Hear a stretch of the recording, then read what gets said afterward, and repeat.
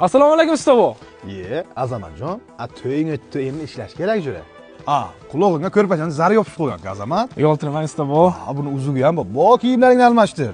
Hozirgi yoshlarga nima bo'libdi? Hammasi xotin quli bo'lib ketyapti. Azamatjon. Ustobo, keliningizga ilindim. Ko'p sevma jura. Kuching kamayib, boshing aylanayotgan bo'lib qoladi. Xotin quli. Nima, siz yoshlikka shunaqa qilmaganmi? Agar men xotinning gapiga kirsam, osmon uzilib yerga tushadi-ku jura. Aldamang, ustobo. Agar gapiga kirayotgan bo'lsam, meni xotin qul deb chaqir bundan keyin. Ustobo deb chaqirma. Azamat, o't. Oz bir minut. Alo, ha jonim. Bu ketishga hammani nogiron qilasan-ku Azamat.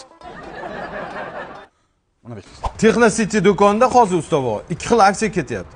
Katta oila aksiyasi hamda kichik oila aksiyasi. Siz qaysi biridan xarid qilasiz? Katta oila aksiyasidan. Bo'ldi, kelishdik. Katta oila aksiyasida siz 12 xil mahsulotni bo'lib to'lashga 24 oyga atigi 699 ming so'mga xarid qilishingiz mumkin. Uni ichiga avtomat kir mashinasi, qiruvchtalik televizor, divan, gilam va shunga o'xshagan ro'zg'oringizga kerakli bo'lgan mahsulotlar kiradi. Menga nima kerak bo'ladi u uchun? Atigi bitta pasport. Keliningiz ham xursand bo'layotgan bo'ldi. Hammasidan olaman.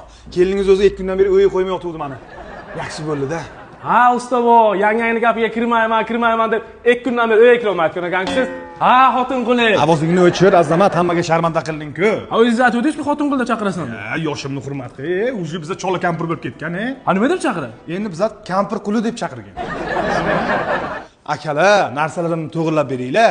Olib bormasam uyga qo'ymaydi kampir. Bo'la qo'ying.